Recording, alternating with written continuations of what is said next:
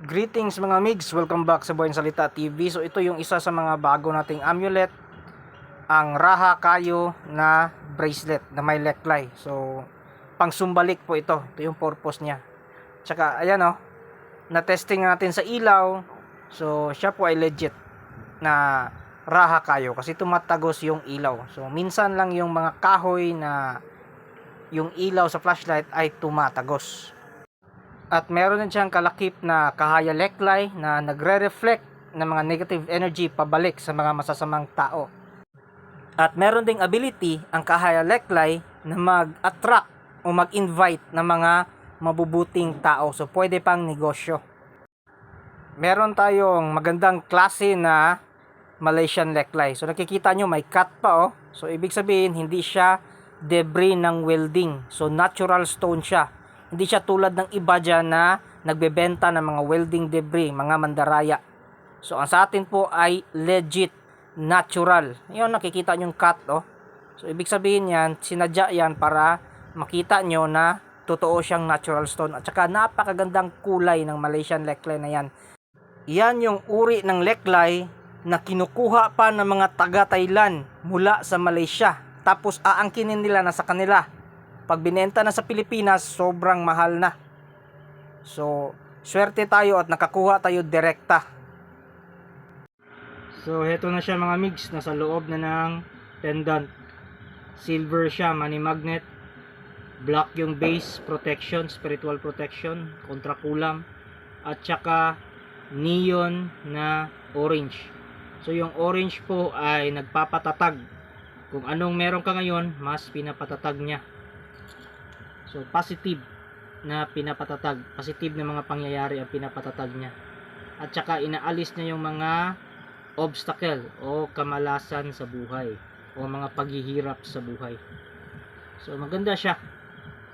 At very recommended ko ito. Kasi, almost the same siya ng kulay na ginagamit ko . Ayan, mga migs. Baka magustuhan nyo. Message lang kayo sa akin.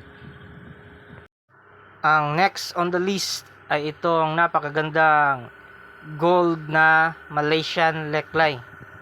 So ito rin yung uri na kinukuha ng mga taga Thailand. Ito yung glossy na may mga bilog-bilog. O yan, may cut sa likod . So yan yung proof na made of leklay ore siya. Hindi siya welding debris. So natural siya, legit na legit. O yan, zoom in natin para mas makita nyo ng maayos. May mukha din parang may ulo ng tao. At yung kasunod ay isang silver. So very rare ito, silver. Reflective din siya, may sumbalik din ito kasi reflective . Money magnet. Black yung base, so ibig sabihin grounding. Spiritual protection. So spiritual na kabal. Yan, napakagandang quality. Kung napapansin niyo, ito na yung mga Malaysian leklay na ini-stock ko. So yun na yung mga may bilog-bilog. Hindi na yung masyadong parang coral. Maganda din naman yung coral pero mas gusto ko kasi yung ano nito yung appearance . Maganda kasi siya tignan. Yan . At ito naman, flex ko lang to, hindi ko to bebenta . Ano to collection ko to. Ayan, pakita ko lang sa inyo. Napakaganda. Ayan yung mga bilog-bilog niya, napaka high quality. So, hindi ko to binibenta. Ano ito? Collection. Flex ko lang sa inyo, pakita ko lang sa inyo. Ayan. Yung may cut, so ibig sabihin, hindi siya welding debris. So, original siya. Legit na legit. Pero sa akin to, not for sale. At meron tayong dalawang magagandang klase na rainbow. Yan, tingnan natin isa-isa . So unahin natin tong pabilog. So ang ganda na pagka-rainbow niya , klarong-klaro. Yan, purong-puro. Ito may cut din. So ibig sabihin, hindi siya welding. Original siya na ore, leklay ore. Ganda na pagka-rainbow. So, all of the above na ang power nito. Ang importante na lang o ang kailangan na lang ay yung meditation nyo. Magaling kayo mag-meditate para masegregate o yung power is ma-focus sa manifestation. So ma-focus yung manifestation, hindi mahati-hati yung naka-imbak na spiritual energy. At itong isa, pagpahaba, maganda din. Yan, ganda ng kulay oh. Tsaka may blue din oh. So kung gusto niyo maging healer, so ito rainbow siya, tapos majority ng kulay is blue. Tsaka parang may mukha din oh. Yan oh, may mata. Yan, parang natutulog na mataba na bata. Yan. So kung gusto niyo maging healer, bagay na bagay ito sa inyo. Yan, rainbow. Malaysian necklace ito ah. Wala itong dasal. So kailangan dito cleansing lang. Tsaka meditation. At meron pa tayong isa. Meron pa ko papakitang isa. So meron na tayong stock ng yan, ngipin ng kidlat, fulgurite. Ito yung ngipin ng kidlat na aprobado ng mga scientifico. So ito yung ngipin ng kidlat na may proof talaga na nag-exist. Ito yung aprobado ng mga scientifico at pinag-aralan nila. So pag tama ng kidlat sa buhangin, so merong glass type na parang tube. Yan.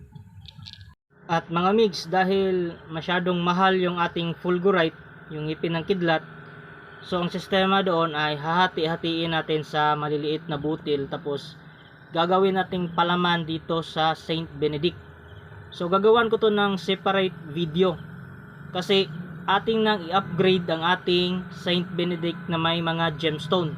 Kasi dati mga gemstone lang yun na na abot kaya. Pero ito, upgrade na natin na mga gemstone na mga, sabihin na lang natin, may malakas o mas maraming nakaimbak na reserve positive energy. Tulad ng tektite, agnimanitite, lagyan natin ng red coral, lagyan natin ng fulgurite, ngipin ng kidlat, lagyan natin ng gemstone na nagpuprotekta sa atin para hindi tayo mahigupan ng spiritual energy. Lagyan natin ng ganon. Lagyan din natin ng clear quartz for healing. So, gawa natin ng separate video para makita nyo yung kung anong laman natin dito. So, siguro mga next week na siguro. So, by January, i-release ko na ito. So, hati-hatiin natin yung fulgurite. So, upgrade na natin to. Kasi para sa akin, hindi naman masama na gumamit tayo ng ganon, ilalagay sa Saint Benedict kasi hindi naman natin yon uusalan ng mga orasyon na may mga pangalan ng mga elemento. Hindi natin yun uusalan ng mga Latin na hindi natin naiintindihan. So, natural energy lang gagamitin natin doon, ilagay natin dito. So, ang dasal na gagamitin dito ay yung dasal ng Saint Benedict na malinis. Yung walang halong mga pangalan ng elementals. So, yun na yun. Pangdagdag na lang na enerhiya yung ipapalaman natin dito na fulgurite, tektite, at leklay. Siyempre, lagyan natin ng leklay. So, magiging masama lang yung mga tektite, fulgurite, o anong mang mutya kapag hinaluan natin ng mga dasal na hindi natin naiintindihan. So far, ito yung gamit ko. Nilagyan ko ng mga tektite, fulgurite, ganon. So, maganda naman yung balik sa akin. It's because hindi ko yun inusalan ng mga usal na pangalan ng mga elementals. So, natural na dasal lang. Or the usual na dasal, hindi natural. Dasal na the usual na yung dasal din na ginagamit ng mga Kristiyano. So, yun lang mga migs. Kita-kits until next topic.